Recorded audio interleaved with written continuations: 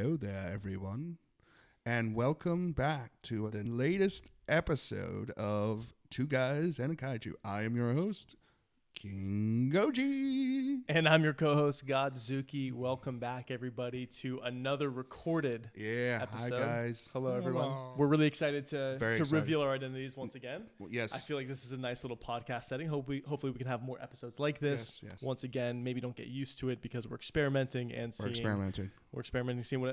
what happens. But we're excited to be back with another kaiju for you today. Yep. We did Mothra. We've done Godzilla. We've done Gamera. Now, This is kaiju number 4. 4. Pretty exciting. Tell us what our 4th kaiju is. Rodan. Rodan. Yes. Which Rodan wasn't actually its original name. Correct. What was the original name? I think was it Ray? Raydan? Radar? I think it's Raydan. Raydan. And then they changed the name to Rodan. To Rodan. Yeah. We didn't want people to get freaked out with, I don't even, what is Raydan? Isn't it like a chemical or something? I have no idea. You're the chemical guy. I'm the chemical guy. You're the chemical guy. Raydan. Sheet Metal Industries. Makes sense. Yeah. Eventually it became Rodan, and that's what we know her, him, it as today. Them. That's the interesting part about this movie is that it kind of throws you for a couple of loops. You don't see everything coming. No, not at all. So I guess before we get ahead of ourselves once again, Rodan, which is a giant pterodactyl-like creature. Yes.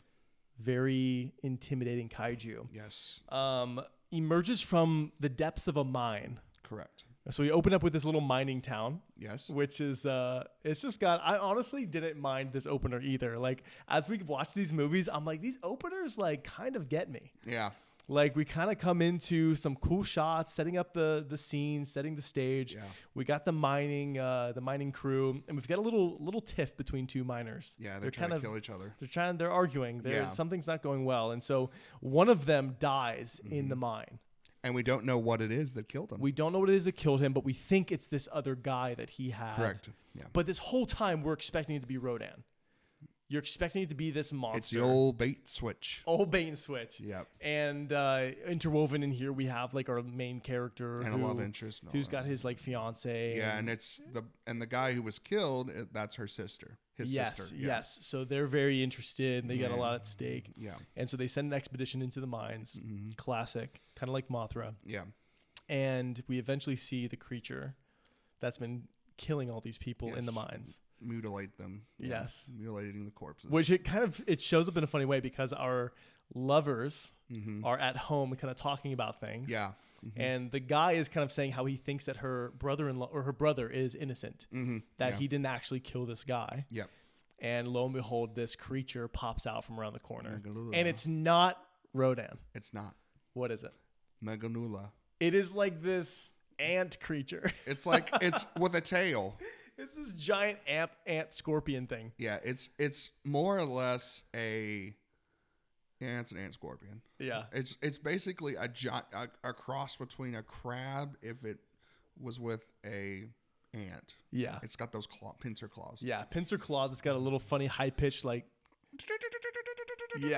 exactly noise that isn't really scary, but they kind of try to make it to be scary. Yeah, but maybe back then it was more. I mean, that was frightening for me when I first watched because I didn't know what it was. Sure. I mean, Meganulas are pretty terrifying, and they made them more terrifying later. It's true. It's one thing watching it as an adult. It's another thing watching it younger. It's another thing watching it as an original audience. And so, it was a really great bait and switch because you have all these like little ant. Meganula. Yeah. Just killing people, man. Yeah. They just can't stop it. Exactly. And there's multiple. And there are multiples of them. And then, they call in the army. The police can't even get it. Yeah. And then, of course, you have all these guys just dying left and right. Until they like hit it with some Indiana Jones style. In a mine cart. Like... They just ram it into this thing, and apparently that does the trick. Yeah, it finally kills it. But I'm like, ugh. But then the mine collapses. So yeah, it's just ridiculous. Mine collapses. Eventually, our main character kind of gets caught up in the midst of this whole thing and loses his memory. Correct. Amnesia. But it takes a volcano or an earthquake to find him. Correct. So there's this eruption, earthquake, Yeah. tremor, volcano thing going on. And yeah, they how did he get lost? He was the cave collapsed. That's right. And when the mine cars went in, that's what made it collapse. That's right. He kind of sacrifices himself. Correct. And then they find him, and they can't figure out what he saw or why he lost his memory until a bird hatches. Until they show him this bird hatching, and that triggers his memory. And we realize that there is a much bigger, more dangerous bird out there that's going to get ready to do some damage. Yeah, and we also know that those Magnolia bugs are its food source. Correct. Mm-hmm. So once Rodan hatches, which we got another hatching scene, yep. The ant creatures become its source of protein, just to get it big and strong, ready to take on Tokyo. And then once it uses up all that protein, it starts to go looking elsewhere. Yeah. Dun, dun, dun. Dun, dun, dun. I wonder where it goes. Yeah, exactly. Tokyo. Yes. The mainland. Yep. Classic. Actually, it stays put on that particular area. Yeah, true. And then it goes to the Philippines to get more. Oh, that's right. It goes to the Philippines. Yeah, so I actually only watched the first part of this and then watched some reviews afterwards. You were showing me that clip, though, and I thought that was really interesting that they went to the Philippines for this film. Yeah. Well, also, Rodan was a symbolism of the communist threat. So, Rodan was kind of red-looking. Yeah, true. So, it was the proliferation of the red communist threat. And interesting, yeah. so, Rodan symbolizes the red bombers, the Soviet arms race. Yeah. And because it's supersonic, that was because the Russians had just come out with a supersonic bomber. Crazy. So that's how do you think the Russians felt about this film? A little targeted? Yeah, and it's funny. Called out? It's funny you say that because in 1968, Destroy All Monsters, Rodan makes lots of appearances. The first city the aliens send Rodan to is Moscow. Wow. So Rodan obliterates Moscow. The Kremlin's completely destroyed. And so I think that's interesting. And it's interesting, they're not just one Rodan, but there are two. Do-si-do. Do-si-do. Double the Rodan. That's right. So explain that to me. How do we have two Rodan? How does that get revealed in the film? So they were... Like, why? Why do you think they made that choice? I guess, again, another bait and switch. Yeah. I guess they wanted to up the ante. Which I think is really clever. Very. Honestly, very like clever. I'm thinking about how they constructed the storyline. I'm like, let's have like little ant guys kind of come out, and then let's have like Rodan. Like, it's just funny the way that let's have a guy with amnesia. You know. Well, they didn't want to be like other big monster movies in the late 50s, and really in the 50s, late 50s, they were all in black and white, and also the monster wouldn't show up till midway, not even midway, half towards the end of the film. Right. And also, they didn't have a lot of bird monsters at that point. True. The one that we don't talk about, The Giant Claw, which was an American film, and it was so bad, there was a lack of flying monsters in film. So I think Rodan kind of filled that void. Yeah. So, and also the scenes in Rodan are just outstanding. The special effects. The wire work is really impressive. You don't really see the wires when Rodan's flying. It's true. It's true. And the explosives they use to affect the shots is just it's probably Tsuburaya is probably his best work. Yeah. And they do reuse a lot of those scenes and cities for stock footage for later Toho films. Yeah, it's so interesting to me that kind of like the Mothra Rodan time frame, they just did like a really great job and really kind of upped the ante with what people came to expect from these films. Yeah, and it was the highlight of Toho. It was the pinnacle of Toho's success. I mean, they really were on their game, and the plot was, at least the Japanese version was on par with 1954 Godzilla.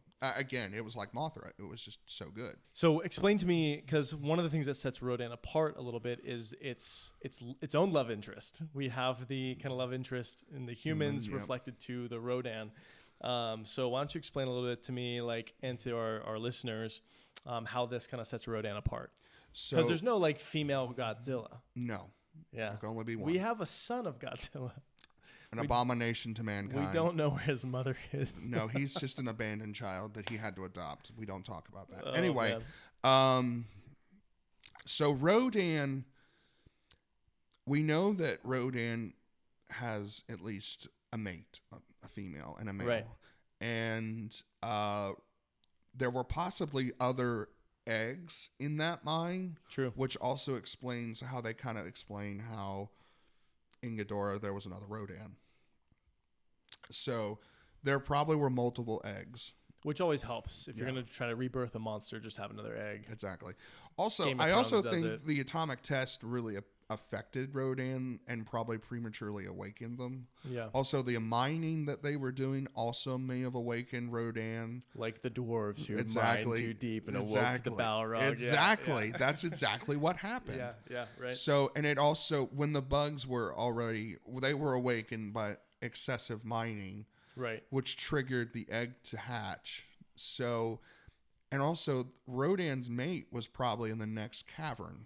So they don't say that, but that's my guess that they wanted two Rodans. One, because it would be more interesting to have a mate and it would make more sense. So I also think the way they kill them off is interesting too. Yeah. Tell us about that. Because that's so... I watched that scene. I was like, man, this is kind of brutal. It's depressing. Yeah, it's pretty depressing. It's pretty sad. Like, it's wild. And it's the only one of the few times that the Japanese army actually effectively kills a kaiju. Right. They decide to blow up the mountain, which sounds very, very similar to another movie that we will soon get to. And there's like a speech and everything. But basically, they blow up the volcano. They make it erupt. The lava starts to flow. One Rodan can't get out because it's inhaled the fumes. Right. The carbon monoxide, I guess, is what you would call it. And then the other male, or the female, actually comes down and commits suicide, basically, and sits next to its mate. And doesn't want to live without its mate. Exactly. So they basically burn together. Yeah. Which is... crazy. Yes. Such a wild, because I would have expected like this other Rodan to get so mad that it just like terrorizes things more, but it actually like commits kamakura. Yeah. Crazy. Yeah, it's just, and that's one of the weird things about that movie is it's so different from Godzilla. Right. And it's different from Mothra, and it's also different from what they did later on. And the design of Rodan is interesting too, because you think a pterodactyl doesn't have spikes on its chest. Yeah. But Rodan does. Rodan does. It's been irradiated. So, force to be reckoned with. Exactly. But it is also interesting to me that they make the personalities of Godzilla, Mothra, Gamera, Rodan, like they're kind of giving them their own personalities. Correct.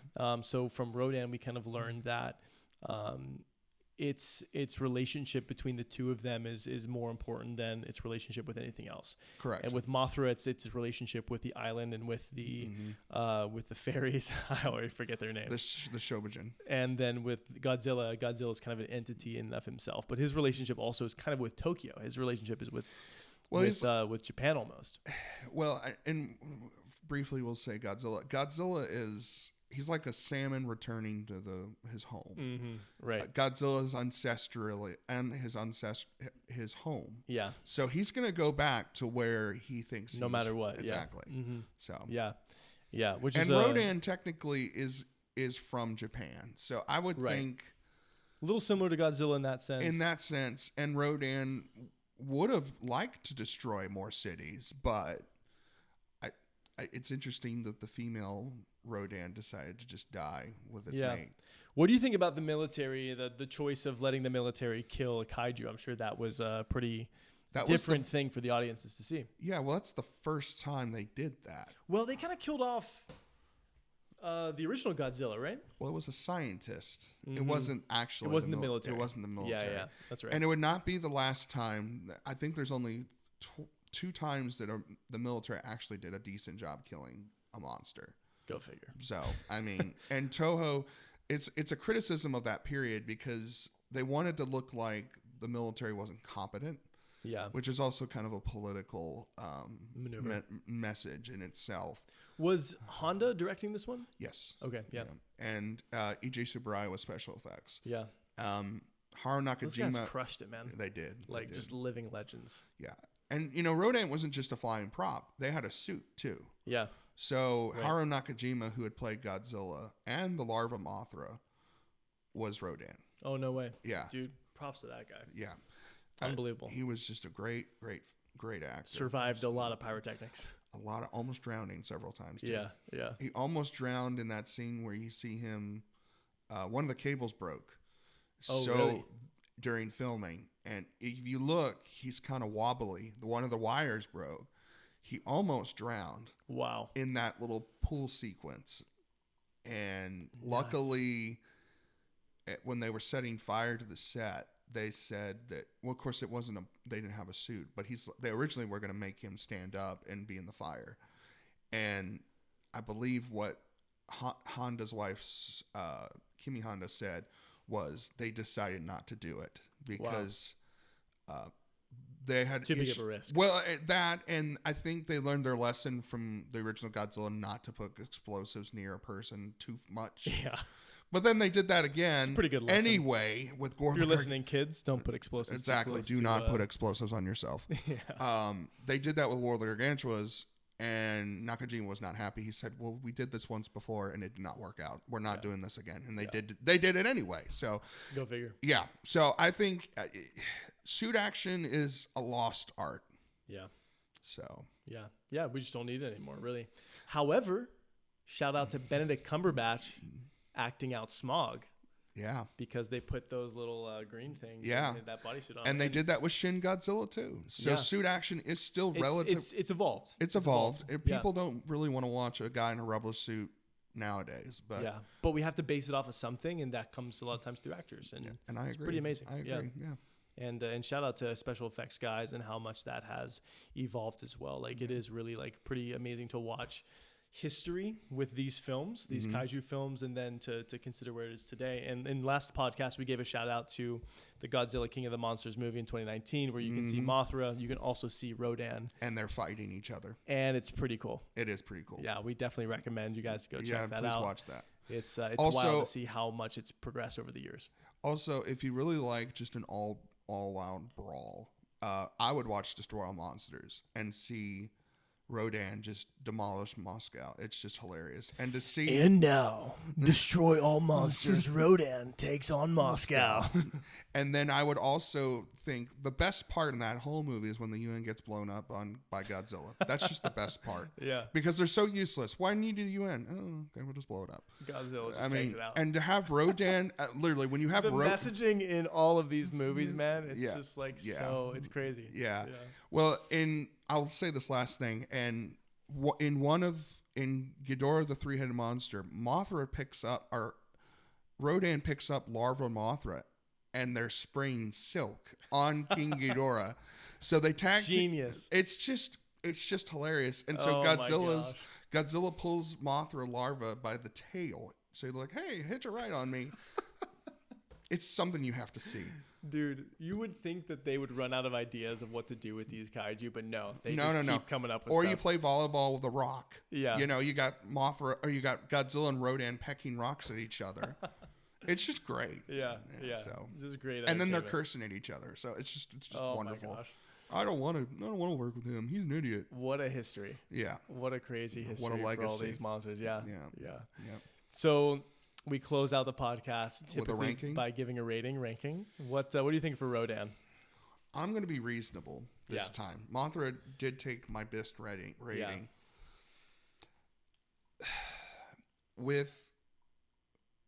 I'm going to say 9 out of 10. Yeah. And I'm going to explain why. The story, not because of the dubbed, not because of the original version. It's slow to get to Rodan. I just think they should have had, it's still a great movie, but I think the story should have included less human elements and more monster. Yeah. And Toho would learn very, very quickly in my opinion. That's why people showed up. Exactly. For the For the monsters. Yeah. And then they would repeat the same mistake over and over again. Yeah. And then their over-reliance later on stock footage is because it was done so well, they used the stock footage. But it started to not work because people would not show up to see movies. Yeah. But I will say this. John, the guy who did, who's the director who did Halloween, the original one? Is it John Carpenter? Let me look it up. I'm going to look it up real quick. He did a Halloween special for his 4 favorite films of kaiju movies. And Rodan was... Carpenter. Yeah, he was Rodan, original Godzilla, War of the Gargantuas, and Mothra. And he ranked them as his favorite kaiju films of all time. Wow. So to that end, I think if it's coming from John Carpenter, I think he gave it kind of the gold standard. A 10 out of 10. Yeah. So I'm going to be biased and just give a 9 out of 10. Yeah. But that's really good. I think the movie itself warrants a high score, especially since it is different. It's very different. It sets itself apart. It's after Godzilla. It's after Mothra. It's just before Mothra, actually. Oh my gosh. It's 57, 58. Okay. Double check that real quick. Yeah. It's before Mothra and just before they resurrect Godzilla for King Kong. I think it's 58. I may be wrong. 56. 56. So that's way before Mothra. Yeah. And way before King Kong versus Godzilla. So they were just homing in on their... Yeah, okay. Yeah. Sorry, I thought we said that Mothra was before, but I guess... No. Mothra was after. Yeah, Rodan was first. So Rodan technically was the first Toho colored film. Yeah, that's right, because you said in the last one that the female Rodan was actually the first female monster. Correct. Yeah. And Mothra was the second. Yeah. And Rodan even being the first color film. That's a big deal. Yeah. First Toho color film. Yeah. There had been colored films. Right, that's what I meant. Yeah. But and the last, we'll save this for another day, but there are only 3 female monsters in the Godzilla universe. That's Rodan, Mothra, and Biollante. But we'll get to him in another point. Yeah. Her into another story. Yeah. But yeah, I do like Rodan. It's a good film to watch during the late hours of the evening. Yes. Because one, it's almost like watching a Doctor Who episode, one of those early Doctor Who episodes. Yeah. Because the suspense, the music is just suspenseful. Yeah. Especially when you're in those tunnels, you just feel like you're there in those tunnels. Yeah, it's true. And it's just I will watch it every Halloween, or just in general when I just want to be frightened for a little bit. Yeah. Or just want to get excited. So, be remembered of that nostalgic suspense. Yeah. Exactly. No, fantastic. Yeah, guys, it's a film worth checking out. Yep. It is, as I have become more acquainted with kaiju, it is impressive just how much love these monsters have, how much people come out to support them, and how much of a rich legacy they have. And Rodan's a massive part of that. Yeah, big part of that history. Yeah, if you know anything about the kaiju universe, then you know about Rodan. Yep. And we're happy to share Rodan and Rodan's partner. Yes. May they rest in peace. Which I did not expect. Yes. May they rest in peace. But they shall rise again. But they shall rise again. Yes. Because love never dies. That's it, my friend. Yep. And on that note, guys, thanks so much for tuning in. Make sure that you like this video, subscribe, and share it. Leave us a comment. Let us know what other kaiju we should do next. And until next time, we're out. Peace. Peace.